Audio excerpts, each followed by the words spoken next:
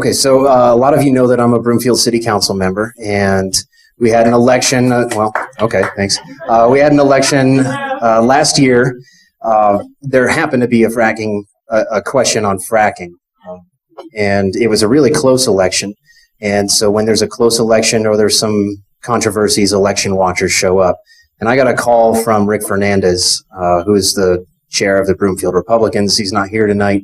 I'm also the vice chair of the Republicans, the county Republicans. You didn't know that?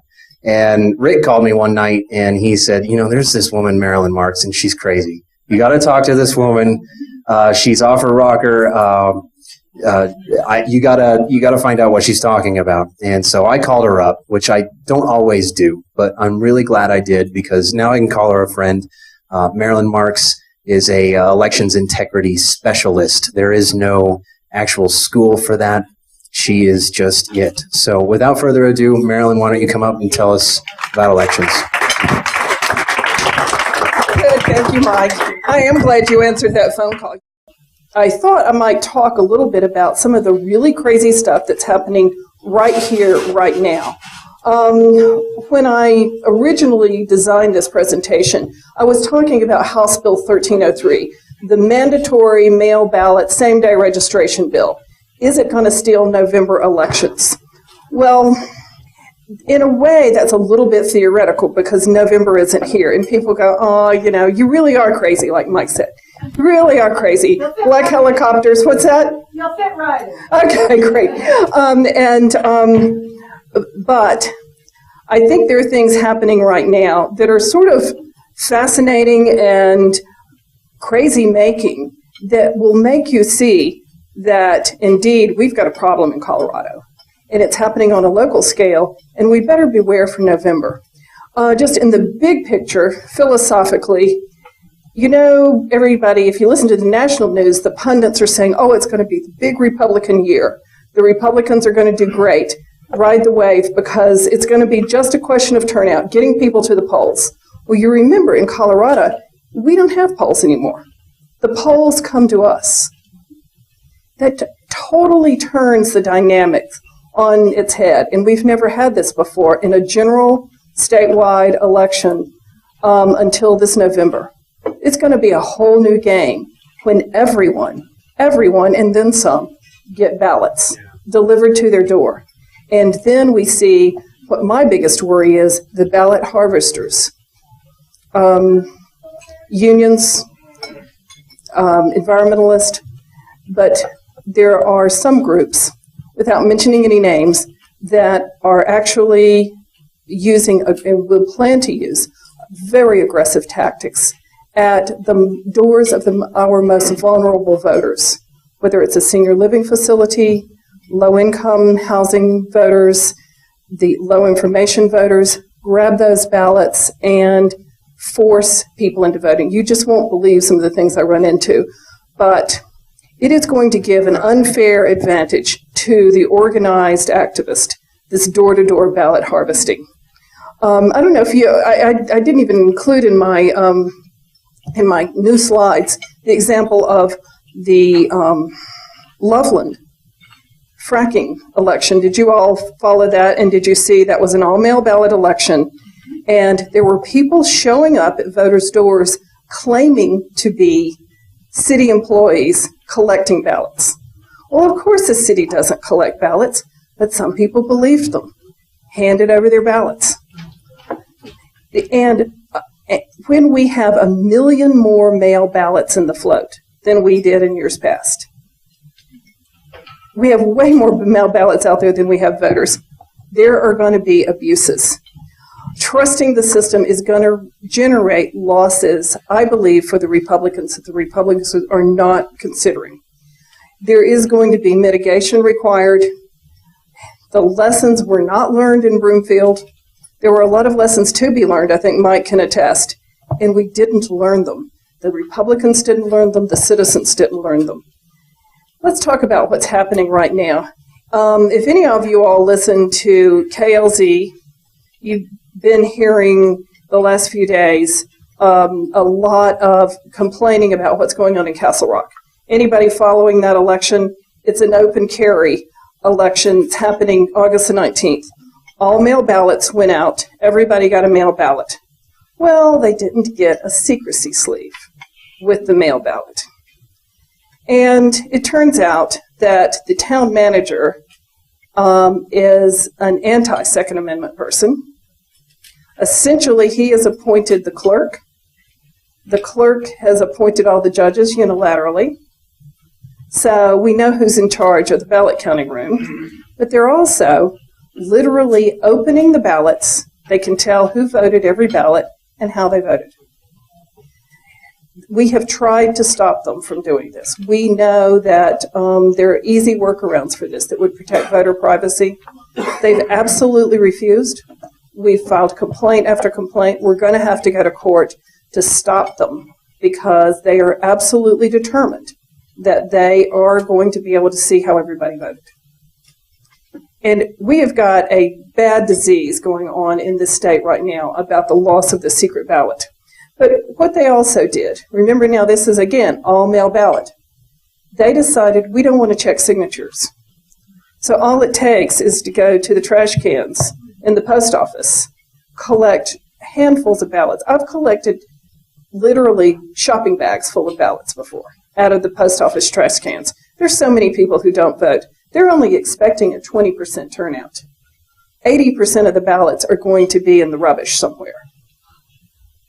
80% of the ballots are then subject to anybody can pick them up, put a signature on there, doesn't have to match because they're not going to check.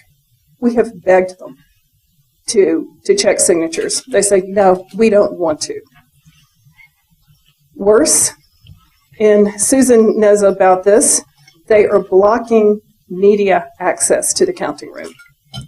In your state and county elections, radio, TV, newspaper can come in and film absolutely everything. But we finally broke down the doors to get a tiny bit of media access. And they've only agreed to it as of Friday night. Before they were saying no media can come in. But they put a price tag on Susan's colleagues' heads. And that is, okay, you can come in if you join these private organizations, get credentials, and anyway, they're making it extremely hard. And then they have said, so if you want to come in, media, and you want to shoot any pictures or video, we'll tell you what you can take pictures of. Well, of course, if they're doing irregular things and little mischief, you think they're going to let you take pictures of that? No. So something is really wrong. And I've sort of taken to saying in the last few days, are they grabbing guns and stealing the election? It certainly looks like they've set up everything to do that. All the power has been concentrated in the hands of 2 or 3 people. And I would ask you, this is something you can do. It doesn't cost any money.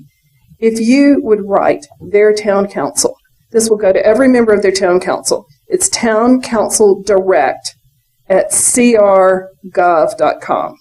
Put it in your text message or something. Write it down.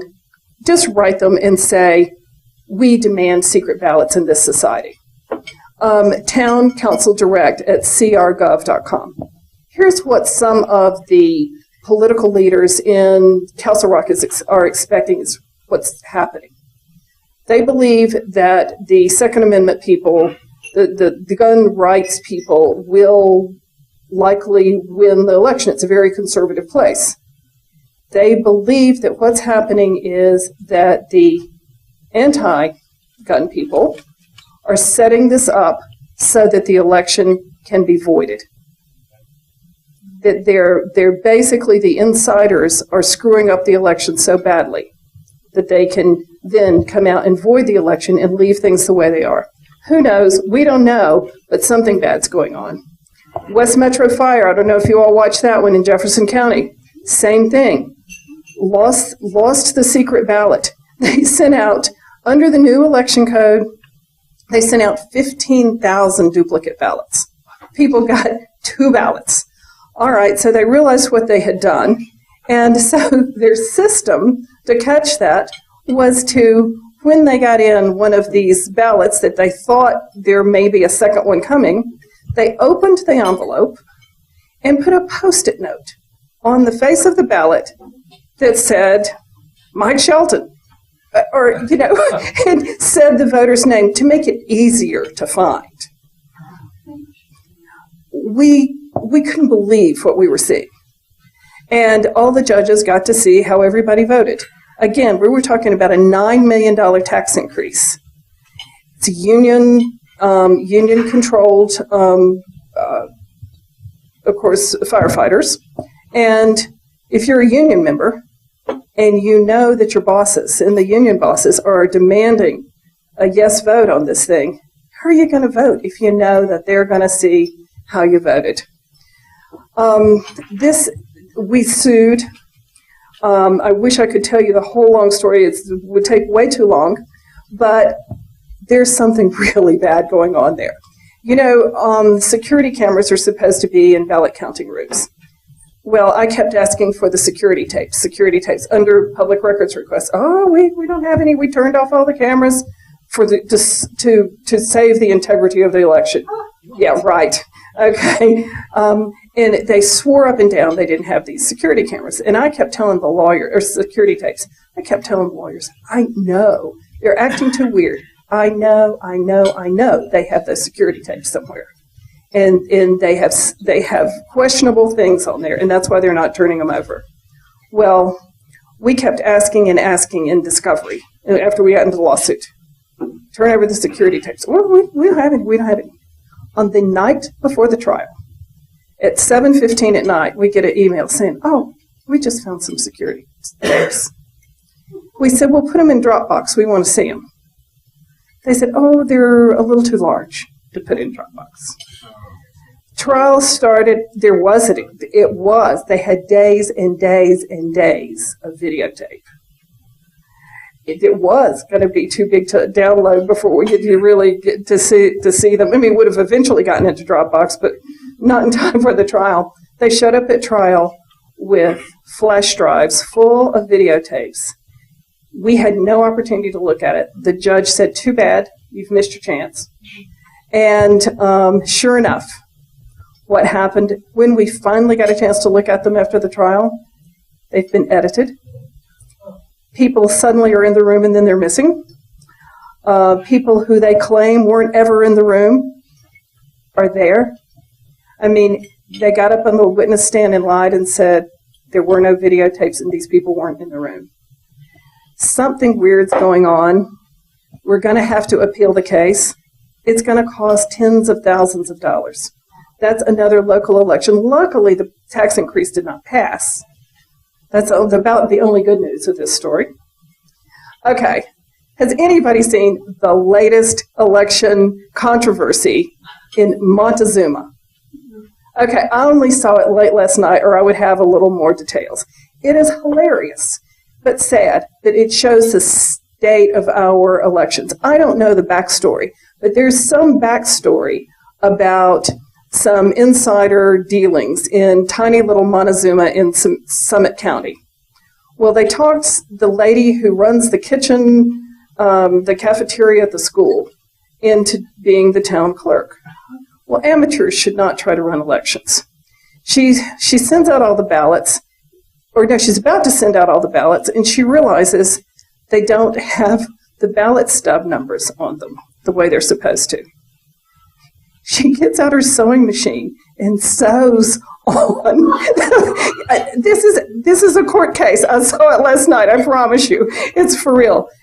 She sews on ballot stubs onto the ballots. Well, of course, they're not able to rip them off, and so when they get them back, they can tell how everybody voted. But now they can't account for all the ballots. Had nothing to do with sewing machine, but they can't account for all the ballots. Like the person who won mayor won by like 2 votes, but they have all these people who don't even live in town. There's this big controversy, and chances are, because the ballot was not a secret ballot, hopefully the election's going to get blown up. But again, we have got such lack of controls over Colorado elections. People think, who cares about what happens in Montezuma? Apparently there's some huge debate over a tax increase and a grow operation. And, it's not just your average, they're arguing over what the speed limit should be down Main Street. There are serious matters at hand. Closer to home, Boulder County. I don't know if you all know that the last 2 general elections in Boulder County have not been certified. That for the local races, they were never properly certified. The Longmont fracking ban, it actually never passed and got certified. What happened is the Canvass Board saw so many problems with the Boulder election, they refused to certify it. Scott Gessler came in and certified the state races and said, okay, there's probably nothing that's going to change the state races. What then happened was that the county clerk, who does not have the authority to do this, said, I'm going to issue election certificates anyway to Longmont, to the county commissioners, the other local races. She issued what's called a false certificate of election. The people who certify an election never certified the election. This happened again at the primary, in the June primary. It wasn't certified either. And it's because there's so many problems in the Boulder election in terms of accountability for the ballots. Jeffco. I've sued 6 clerks and Secretary Gessler over traceable ballots. We have traceable ballots in Jeffco. It's done differently than it's been done in Boulder. Boulder has had for years barcodes on the ballot, on the face of the ballot. If you vote in Boulder and if you voted mail ballots in the past, the clerk can look up your name, your ballot, and know exactly how you voted in 2010, 2008. Yes. I mean, when the government knows how you vote, that's just, I'd rather get on the 16th Street Mall shuttle and hand a copy of my ballot to everybody on the shuttle than give it to the government and say, oh, this is how I had my name associated with this. But we have really become so accustomed to this. We have almost stopped resisting what we're seeing as the government take over this notion of we can know how you vote. Anyway, for these 6 clerks and Scott Gessler that I've sued in federal court, as recently as March at the Court of Appeals, Federal Court of Appeals, the clerks admitted, the Boulder clerk admitted that yes, the ballots are traceable. And now the argument in front of the court is not whether or not they're traceable. It's whether it's okay for the government to know. How could we be arguing this? What?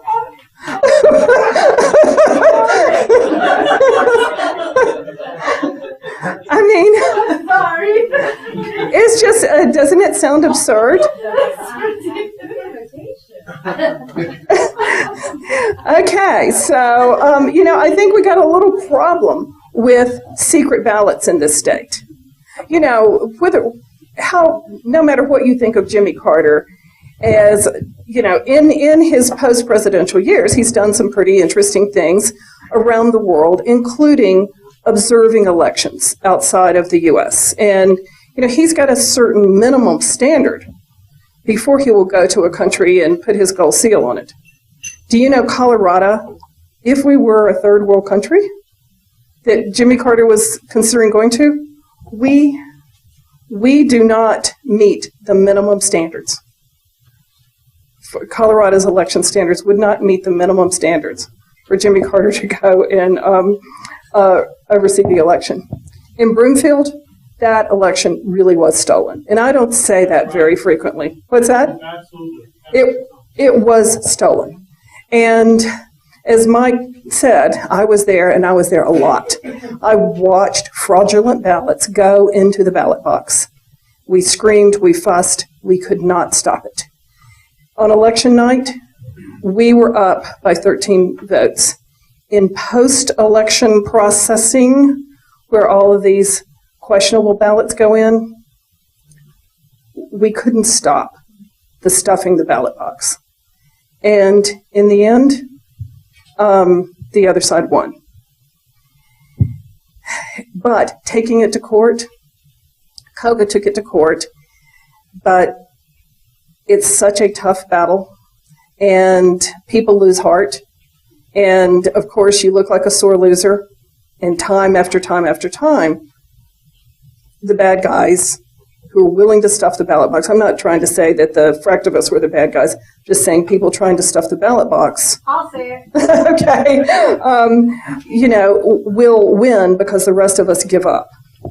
There were so many things that created the Broomfield problem. We're not going to go through all of those. And I showed you the various votes involved in the various problems. And there were preventions available. And this is the lesson to us. It's not that we're helpless. We can be in the counting room. We can be volunteers for our party, for our candidate. We can become knowledgeable and stop some of this stuff where it's going on. Look at this. In the last 1,000 votes on election night, at well after midnight, there had been a vote counting going on for 2 weeks, and it just had stayed consistent. I don't quite remember what the margins were now. It was very consistent. Until the last 1,000 votes, there was a 10-point shift. That last 1,000 votes is what ultimately caused us to go down. Yeah. I watched that happen. I was watching the results at night, Uh-huh. at the wee small hours of the morning, Yes. and we were ahead.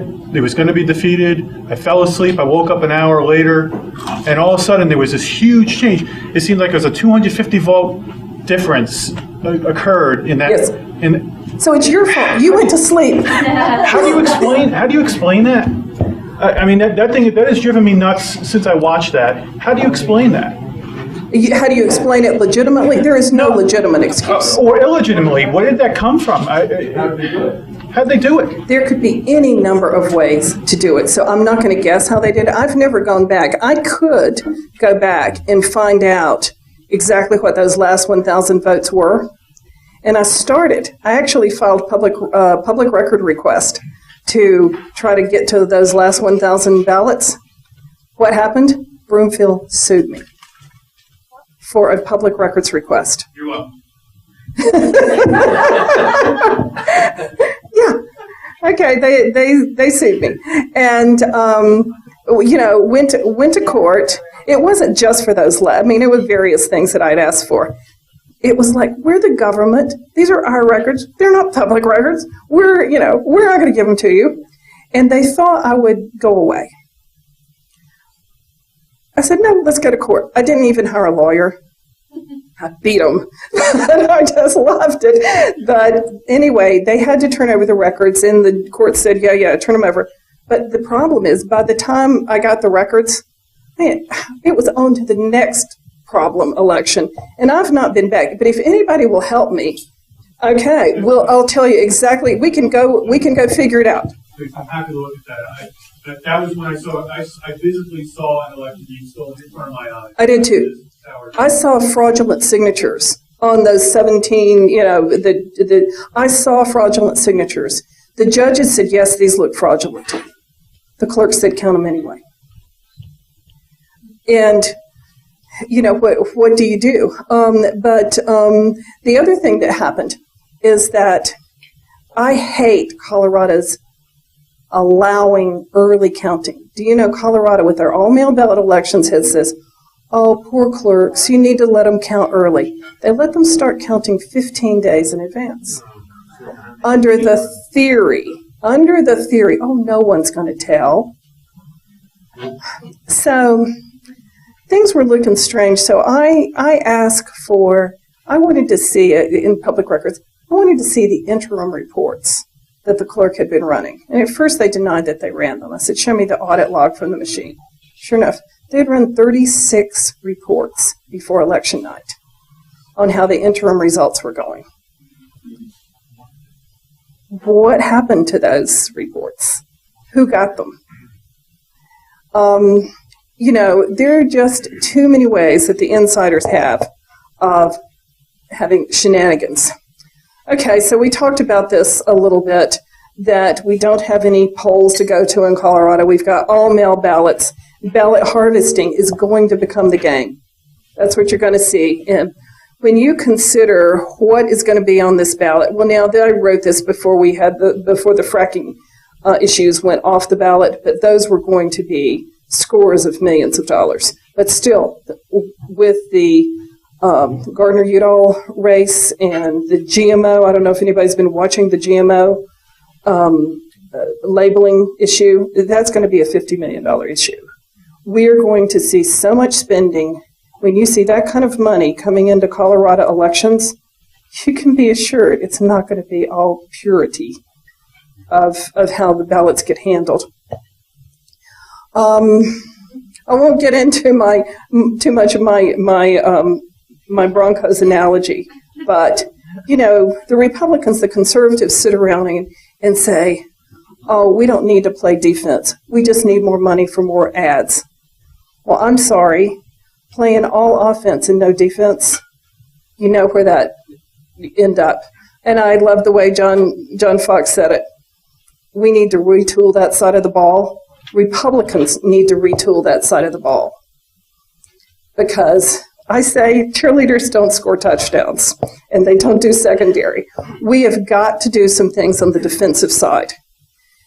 You begin to wonder if money is really going to flow in like people think it is when the Republicans across the country understand how much risk we are in Colorado.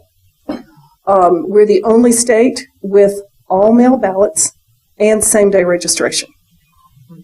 If we all pulled out our laptops tonight, we could register hundreds of voters in the next hour with fake names and addresses where you can pick up their ballot. And you say, well, that's not going to, the ballots will never get through because we won't be able to match signatures and we won't have any ID. Wrong. You can make up ID. Plus, legitimate ID, believe it or not, legitimate ID for voting, you can put it in your mail ballot when you send it in, is any government envelope that comes to you with the name and address on it. So if you wrote to the state of Kansas and asked for a vacation brochure, and that comes back to this person that you just registered, that is a legitimate document for voting. I used to live across from the Aspen Municipal Golf Course. The Aspen Municipal Golf Course. I would get their flyers on what was for sale in the pro shop. That was legitimate ID for voting in Colorado now. So all you would have to do is get yourself some flyers from the Aspen pro shop, and that works. The amount of fraud that we can put through Colorado's election system is just outrageous. Who's to blame? Well, you know what? Both parties are, up until the very, very last little piece. The Republicans have been helping the Democrats do this for the last 10 years. And then when the last little piece was left of all mail ballot mandatory for the general elections, that's when the Republicans started going, oh my gosh, how did we get here? We don't think this is a good idea. But we were too far gone. People don't like to talk about the slippery slope. It was the slippery slope. The only way we are going to, I think I'll end here and let you ask questions if you want, but the only way that we're going to take this back is by taking back the state legislature. However, how do you take back the state legislature when you can't have fair elections? It's a chicken and egg problem. Ballot harvesting, I mentioned. I gave you the example of Loveland. I worked an election in Center, Colorado, a tiny little town, where a lot of the population is low-income population, low-education population. The bosses of the town required that the people in low-income, their Head Start program, etc., deliver their ballots to them. The maintenance men would go door to door in the housing authority project and demand that they go in and help the residents vote their ballots. If they didn't, they threatened turning off the heat, etc. I mean, we do not understand the kind of pressure that is put on by mandatory mail ballots. And because people like you guys, if somebody came to your door demanding your ballot, you'd shut, the nicest thing you'd do is probably slam the door in their face. But, think about the hundreds of thousands of people who are not in a position to slam the door in someone's face. That's why we really need to worry about who's going to control these elections. There's lots more we could talk about, but why don't I ask you for whatever questions you have and what you want to talk about? Yes?